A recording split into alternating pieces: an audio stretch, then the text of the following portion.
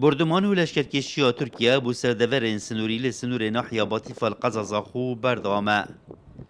گندنشینین گندن بر بردمان و لشکرکشی کفتین دلگران جوی چنده دیار دکن گزیان مازن بر پان و گندن وان کفتینه تایبت پوارن چاندن و گشت و گزاری گدور وان دیواری داناف داره گندکشان ایک جوان گندانه کو چه گشتیاری یعنی روزانه خلقه که قصداوی گندید کرد لینو که هیچ کس نه گندی نه خلق نشین قصداوی دوری بگنج برکو روزانه ترکیه بردمان دکرد سبب چوی چنده کو پگگت ناف گندی دایا و حتی نو که هیچ لاینه کی خالی نگیره خودان ضرر جیک هندی تو به ضرر لای فلاحتی و شلای گشت و گذاری و یعنی چندین بیستان و ملک خلکی هادیه هشکرن راستی بجای گند شیلانه گنده که گشت و گذاری و گنده که تشو تواله بد خدان کرنه و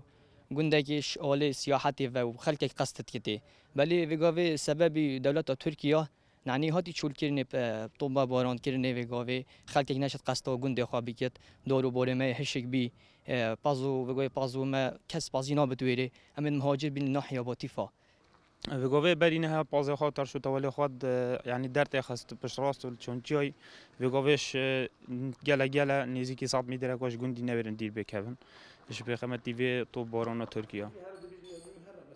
ریوبری ناحیه باطیفا دیار کتن که هفته گند هات نچول کرنو خلک وان گندان جبر بردمان و لشکرکشی ترکیه نشین ایدی سردانا گندن خوب کنو و وی چنده زیان مزن بوان کتینو رز و باغ وانشناف چونو جهن گشتیاری هات ندای خستن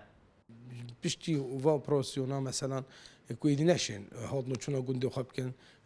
وی موسمی جب تایبت مثلا موسمی چند مثلا آفدانه یا بیستان و باغت و مثلا پاوانت و همی هات نه چول کرنه و ضرر واجی او بین کو مثلا آگری ببیه منطقه و کو پاوان نمانه ایدی نشین آجالت خواهانجی سردانا دو گندت خواب کن دورما چند گنده که تایبت هبن کو مثلا گشتیار بردوام تاتنه چش نواراست عراقی چش کردستان حتی باشور عراقی ساتن او ساله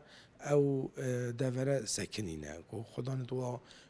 جهد گشتیاری کو نشن وکر چکو نیا آرامه مثلا بر آرامی دوره کو خلق نشد هاتنو چونه بکن گشتیار جی نشن بردوام بین سردانه بکن زیدتری سالکیه لشکرکشی و بردمان ترکیه بو سرسنور ناحیه باطیفا بردامو